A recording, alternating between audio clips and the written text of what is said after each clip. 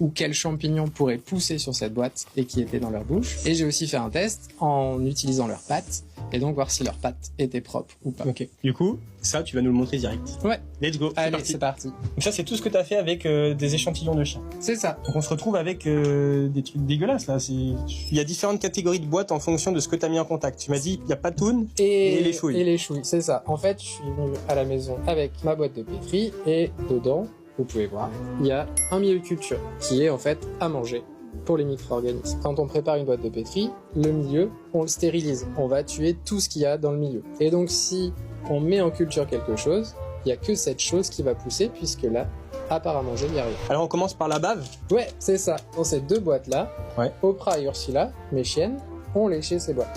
Et du coup, au final, c'est deux équivalents. Oui, j'ai cultivé ça pendant une semaine à 25 degrés. Alors qu'est-ce qu'on voit là-dedans?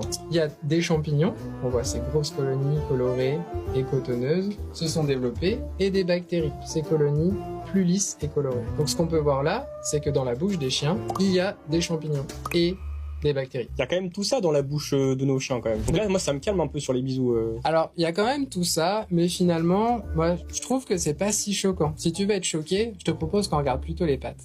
Ok, c'est parti. J'ai fait lécher à mes chiens les boîtes de pétri pour voir quelles bactéries ou quels champignons pourraient pousser sur cette boîte et qui